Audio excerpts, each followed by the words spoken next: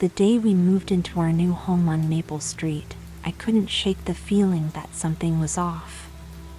The quaint suburban neighborhood seemed picture perfect: manicured lawns, white picket fences, and friendly waves from passing neighbors. But as I helped my wife Sarah unpack boxes in our living room, I caught a glimpse of our next-door neighbor through the window. He was just standing there, staring at our house with an unsettling intensity. "Did you see that guy?"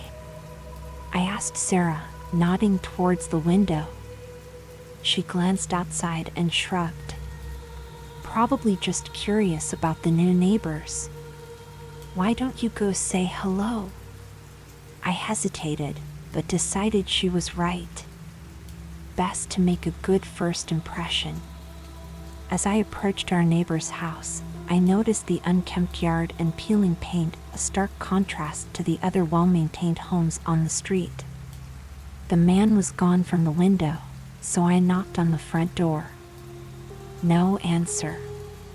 Just as I turned to leave, I heard a muffled thud from inside, followed by what sounded like whimpering. I pressed my ear to the door, straining to listen. "Hello?" I called out. "Is everything okay in there?" Silence. Then, so faint I almost missed it, a whisper, "Help me." My heart raced. Should I call the police? Break down the door? Before I could decide, the door creaked open, revealing a haggard-looking man in his 50s. "Can I help you?" he asked, his tone oddly flat. I just wanted to introduce myself. We just moved in next door." He stared at me for an uncomfortably long moment before extending his hand. "John. Welcome to the neighborhood." As we shook hands, I noticed dark stains under his fingernails. Was that blood? "Well, nice to meet you," I said, trying to keep my voice steady. "I should get back to unpacking."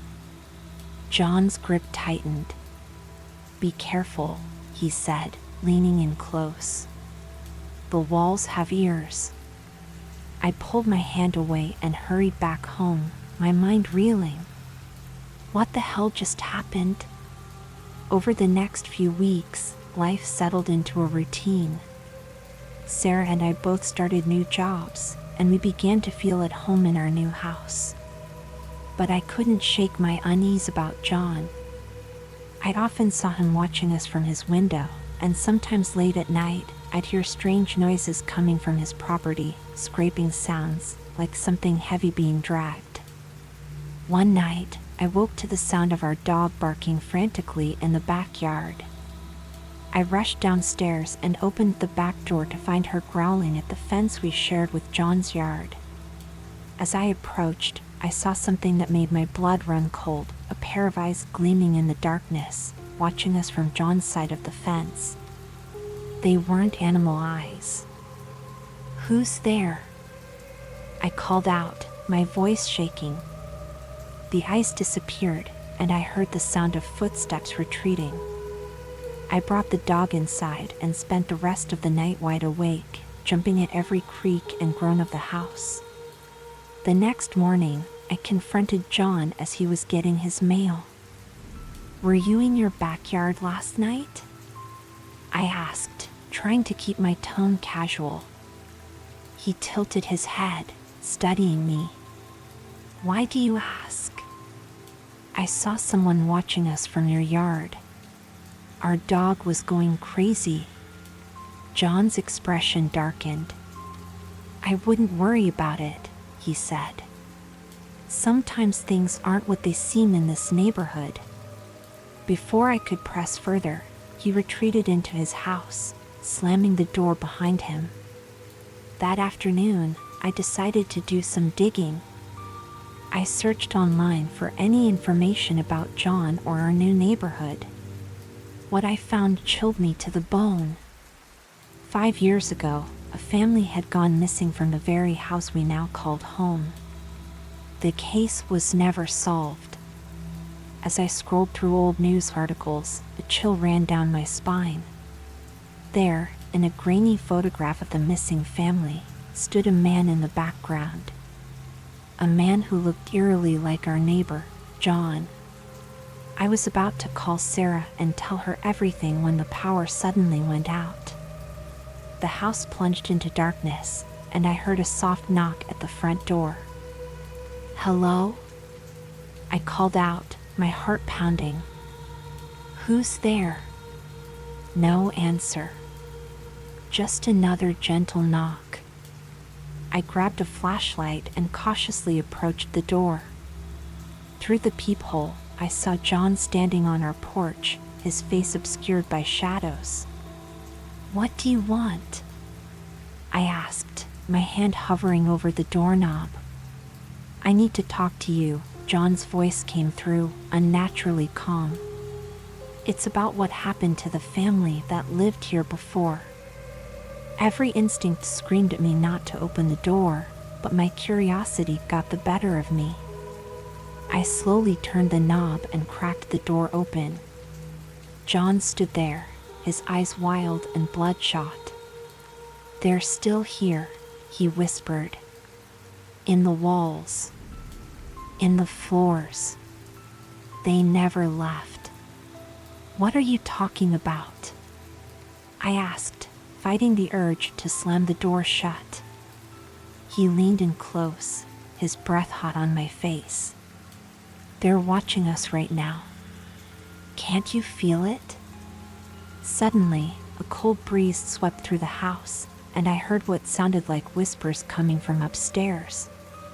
John's eyes widened. "They're awake," he said. "We need to go.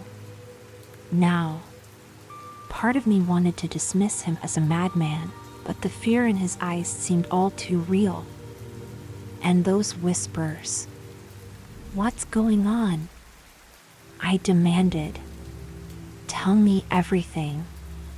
John glanced nervously over his shoulder. "Not here. It's not safe. Meet me in the woods behind our houses in an hour. Come alone."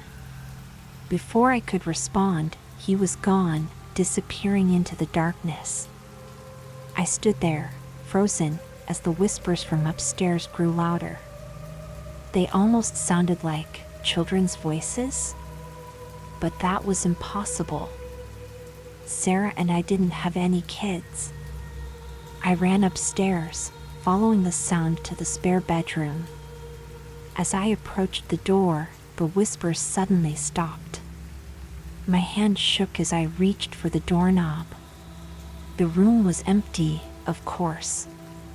But as I shone my flashlight around, I noticed something odd.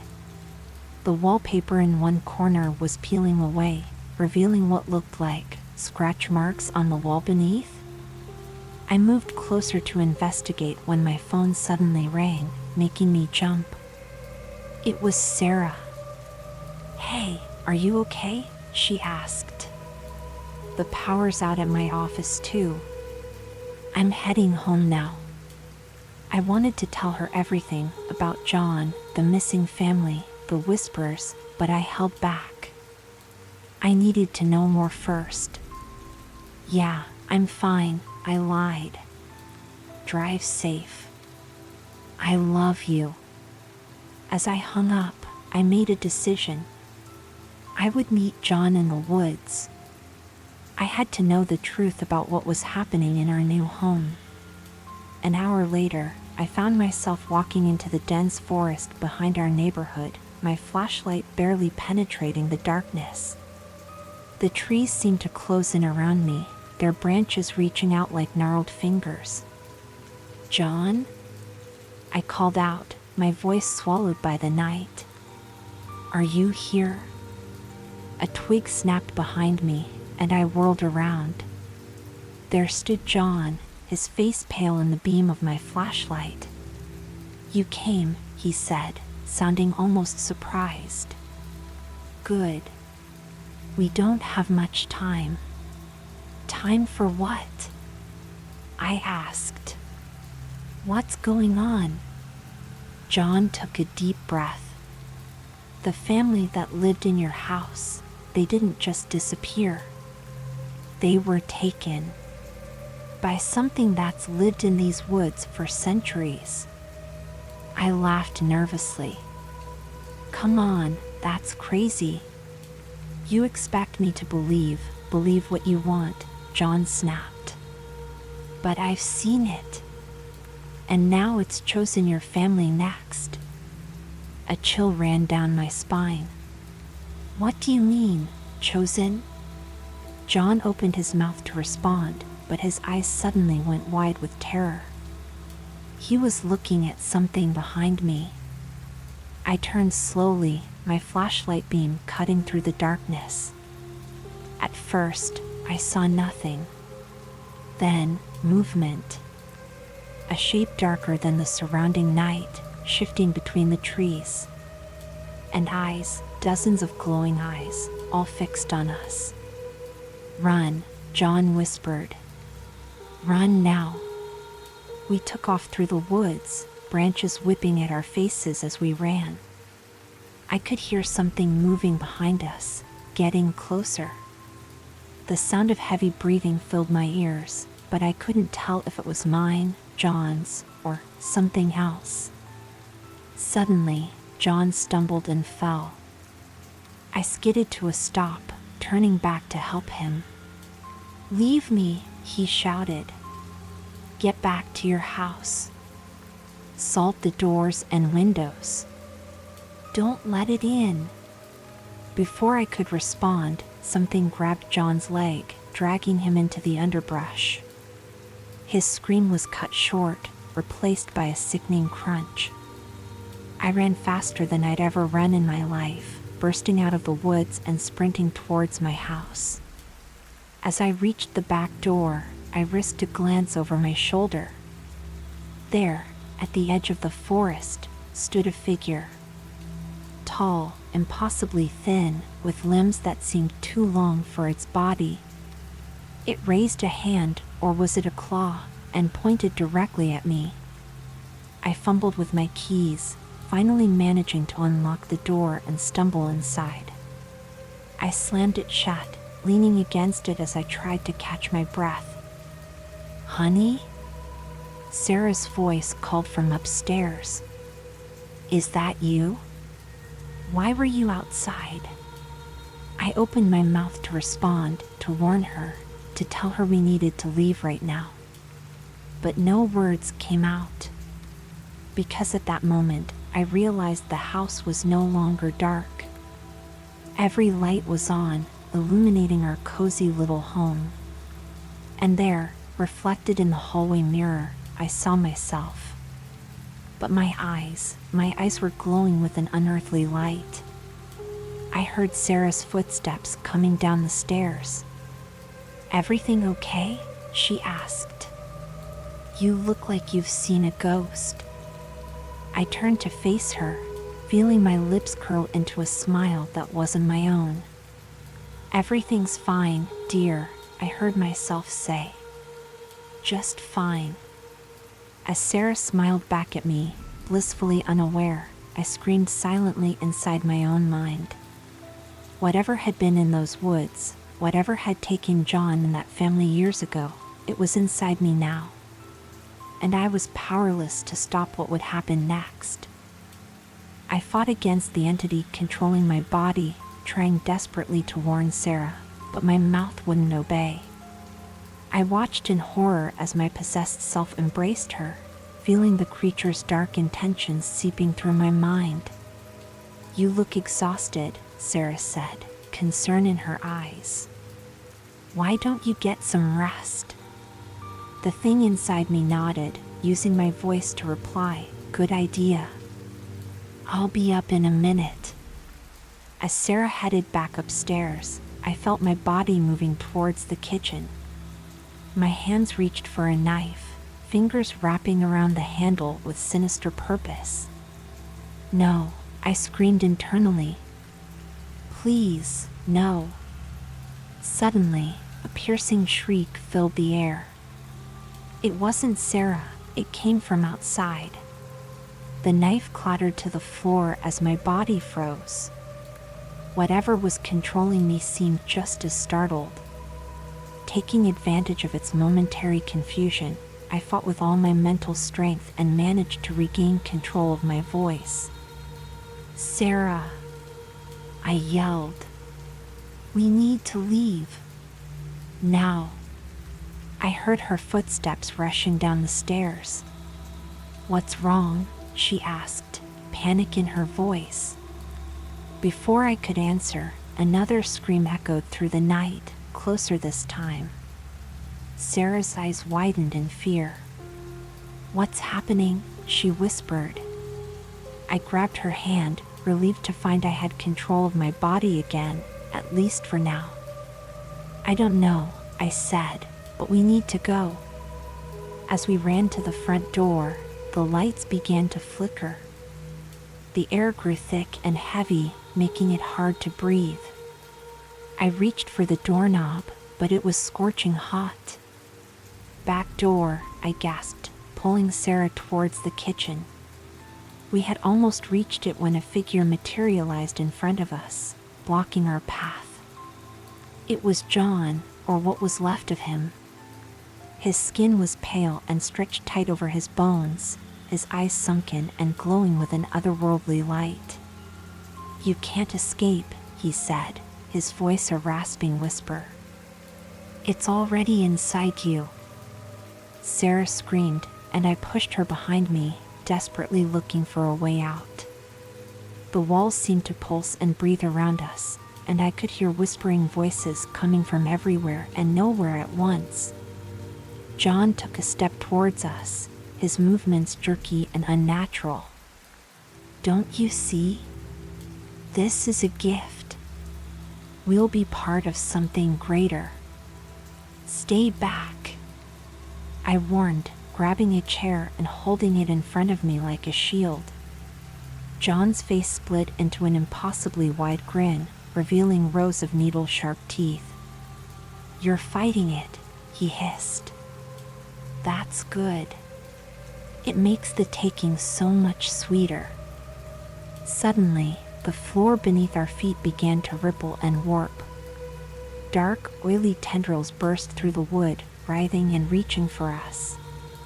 I swung the chair, smashing it against the tentacles, but for every one I beat back, two more appeared. "The basement," Sarah yelled, tugging at my arm. "We can get out through the storm cellar." We ran for the basement door, the sound of splintering wood and John's inhuman laughter following close behind. As we stumbled down the stairs, I felt something brush against my ankle. Looking down, I saw one of the tendrils had wrapped itself around my leg. "Keep going," I shouted to Sarah, kicking at the thing gripping me. "I'm right behind you." Sarah reached the bottom of the stairs and fumbled with the lock on the storm cellar door. I could hear her sobbing as she struggled with the rusty bolt. The tendril on my leg tightened, and I fell, tumbling down the last few steps. As I hit the basement floor, the air was knocked from my lungs. I gasped, trying to breathe, as more tendrils slithered towards me. "It's open," Sarah cried, finally managing to unlock the cellar door. I crawled towards her, fighting against the increasing pull of the dark appendages. Just as I reached the door, I felt something grab my shoulder, yanking me back. I looked up to see John standing over me, his body twisted and elongated, barely recognizable as human anymore. "You're ours now," he growled, his voice echoing with countless others. "Go," I screamed at Sarah. "Run." She hesitated for a moment, tears streaming down her face. "I can't leave you." "You have to," I said, feeling the tendrils creeping up my body. "I love you. Now go." With a heart-wrenching sob, Sarah turned and ran into the night. As the cellar door slammed shut behind her, I felt a moment of relief. At least she was safe. Then the darkness enveloped me completely. I don't know how long I was lost in that void. Time seemed to have no meaning. I floated in an endless sea of whispers and half-formed thoughts, feeling my sense of self slowly slipping away. But something kept me anchored, a tiny spark of resistance that refused to be extinguished. I clung to it, using it as a lifeline in the ocean of darkness that threatened to drown me. Gradually, I became aware of my surroundings again. I was back in our living room, but everything was wrong. The walls pulsed with an alien heartbeat, and the air shimmered with otherworldly energies. I saw other people, our neighbors, I realized with horror.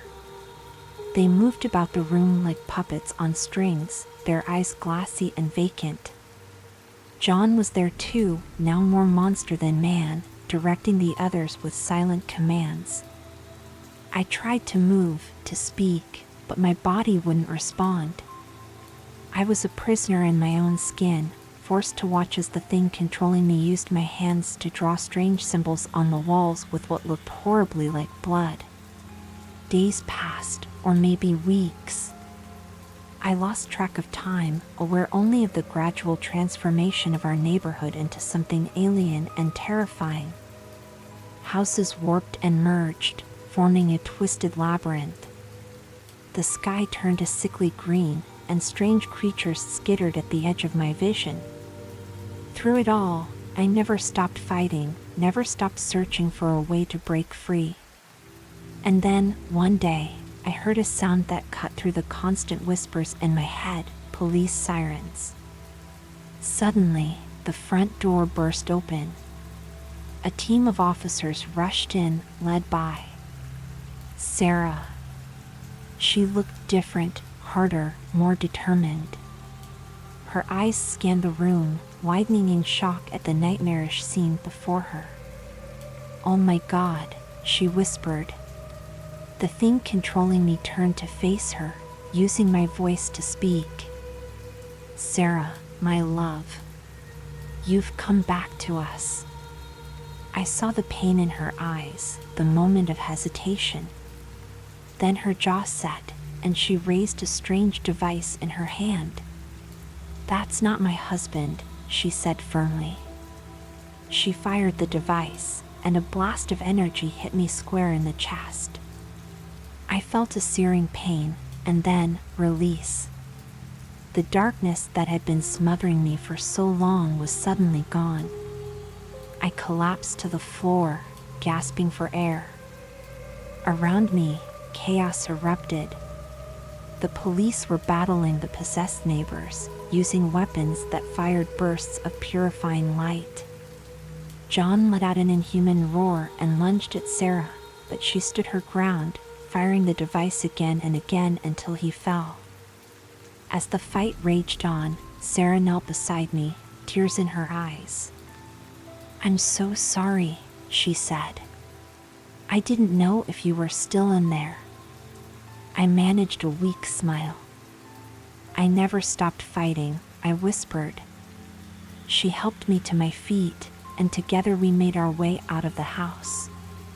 Outside, I saw army trucks and what looked like scientists in hazmat suits. Sarah explained quickly she had gone to the authorities, convinced them of what was happening. It had taken months to plan this rescue operation. As we reached the safety of the military perimeter, I looked back at our neighborhood. It was like a vision of hell, houses twisted into impossible shapes, the sky boiling with eldritch energies. Even as I watched, a shimmering barrier was being erected around the entire area, containing the otherworldly invasion. "What happens now?" I asked, my voice hoarse. Sarah squeezed my hand. "We fight back," she said. "This is happening in other places too. But now we know what we're up against." I nodded, feeling a mix of exhaustion and determination. We had survived, but this was just the beginning. The horror that had invaded our quiet suburban street was spreading, and it would take everything we had to stop it. As we were led away for decontamination and debriefing, I couldn't shake the feeling that a part of the darkness was still inside me, waiting. And somewhere in the quarantine zone behind us, I could have sworn I heard John's laughter on the wind, promising that this was far from over. The nightmares were just beginning, and our quiet little neighborhood had become ground zero in a war for the very soul of our world. But we had survived the first battle, and with Sarah by my side, I was ready to face whatever horrors came next. As we drove away, leaving the pulsing barrier and the twisted remains of our old life behind, I made a silent vow. We would find a way to stop this, to save others from the terror we had endured. Because if we didn't, the darkness would spread, house by house, street by street, until the entire world was consumed. And in the deepest recesses of my mind, where the shadows still lurked, I heard a whisper, a promise or a threat, I couldn't be sure. We'll be waiting.